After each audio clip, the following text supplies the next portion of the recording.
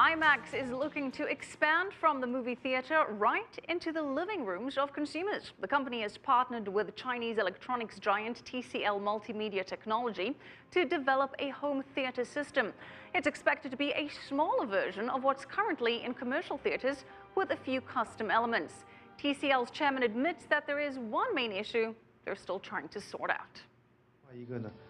Customer service will be a big challenge for us to develop, because the IMAX home system will require a team of specialists who know how to fix problems when our users experience any situation.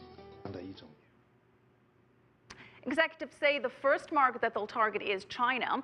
The IMAX TCL home theater will be released in 2015. Now, meanwhile, IMAX has 785 theaters in 55 countries, and it's still opening theaters in several emerging markets.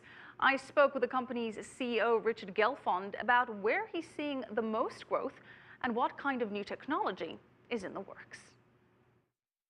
Russia has been a fantastic market for us. We have about 40 theaters in Russia and the CIS right now. Ironically, Western Europe, which you would have thought would develop a long time ago, because of space limitations, we've really recently made a lot of progress. So we're opening an IMAX theater at Leicester Square in London, and we had 8 theaters in all of the UK 8 years ago, and now we have over 30, including our backlog. Latin America, which is obviously the developing economy, the Middle East, those are kind of our other high growth areas. Now, you've also developed a new technology, this laser technology. Tell me more about that. So one of the issues with IMAX or any projection system right now is that they're all electronic based and they're limited by how hot the bulb gets. So if the bulb gets too hot, it explodes, which isn't a good thing. So we had to figure out how we could light even bigger screens and make them brighter. And the way to do that, it turns out, is through laser technology rather than electric technology. So about 3 years ago, we started probably a 5-year effort to create this technology for the larger screens. So eventually you'll be able to have IMAX theaters 100 feet wide in the digital world and images that are much brighter than IMAX images today. We expect to introduce that in late 2014 and then first roll it out in these very large theaters and then eventually maybe roll it out in some of the smaller theaters. Have you found that the home entertainment system, the Netflix, the streaming movies online, have you found that it's taken a toll on your business? It has impacted regular movie theaters. What impact has it had on IMAX? It's interesting because we think maybe it's had a positive impact. We've never done the real study. But the reason for that is as screens get bigger in the home, images get better, you have more of a choice of content, as you say, whether it's streaming or gaming or whatever it is.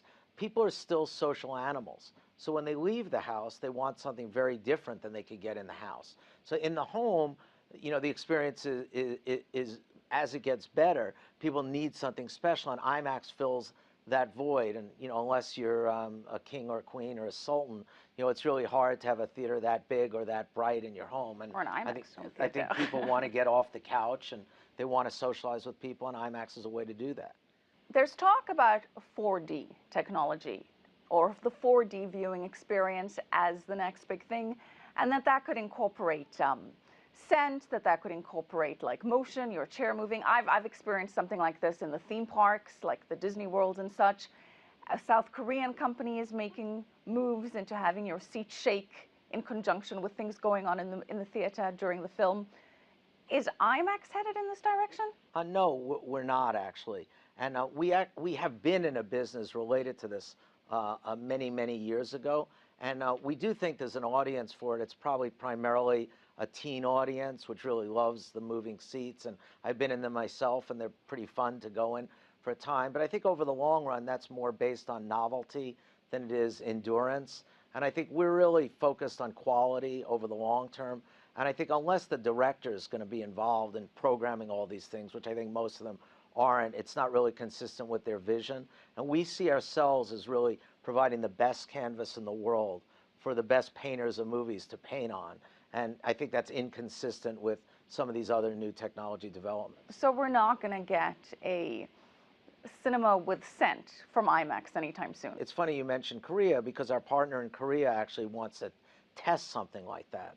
So we might test it in one place to see how it goes, but I don't think that's going to be a big business for us. So what is the next big thing for IMAX? What is your next big business? Well, I mean, clearly laser is the next big thing. I mean, it's so much brighter than the existing technology, and the contrast is so much better. I think people are going to see movies in a way they haven't been able to see them in the past. We're constantly evolving our sound system, and I think sound is a really important part of the IMAX experience.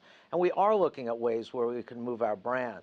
So the brand is so valuable and so important, but right now it's only used in the context of the theaters. So if we could think of other ways we could really make experiences better, particularly visual or sound experiences better, over the long term, I think those are places where we're going to look. So if you could use your imagination and you could think of virtual reality glasses, or I don't know if you ever watched the old Star Trek show, they had the holodeck where you create these imaginary environments.